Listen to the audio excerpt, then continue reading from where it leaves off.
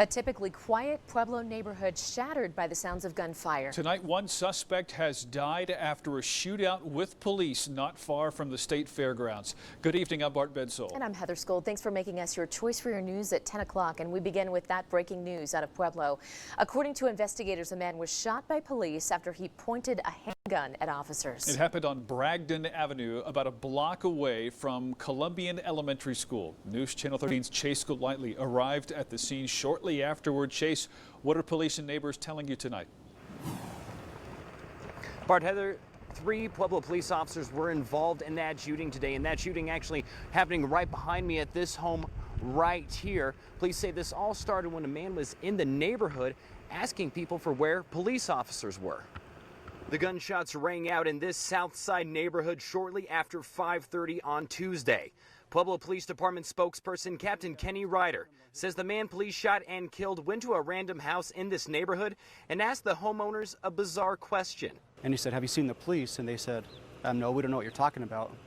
And so the male pulls out a handgun out of his waistband and he racks it and he walks away. It was at that time when officers were called to investigate. One of our officers spotted him nearby. At that time, he points the weapon at her. She was still in her vehicle that time, so she didn't engage him. She pulled away. 2 more officers responded and all 3 confronted the man. But what the man did next is still unclear. And we don't know at this point in time if he actually fired the weapon or if he was just pulling the trigger.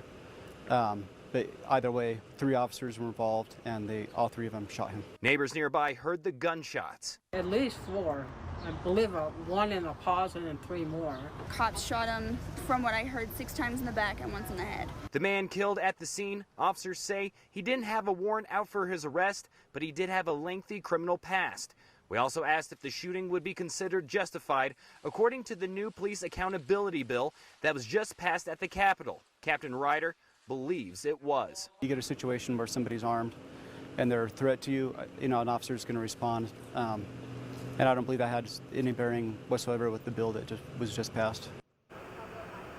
This shooting now marks the 4th officer-involved shooting here in the city of Pueblo. We're still waiting to get information about the man involved, but once we do, we'll be sure to pass it along. Reporting live in Pueblo tonight, Chase Golightly, KRDO News Channel 13.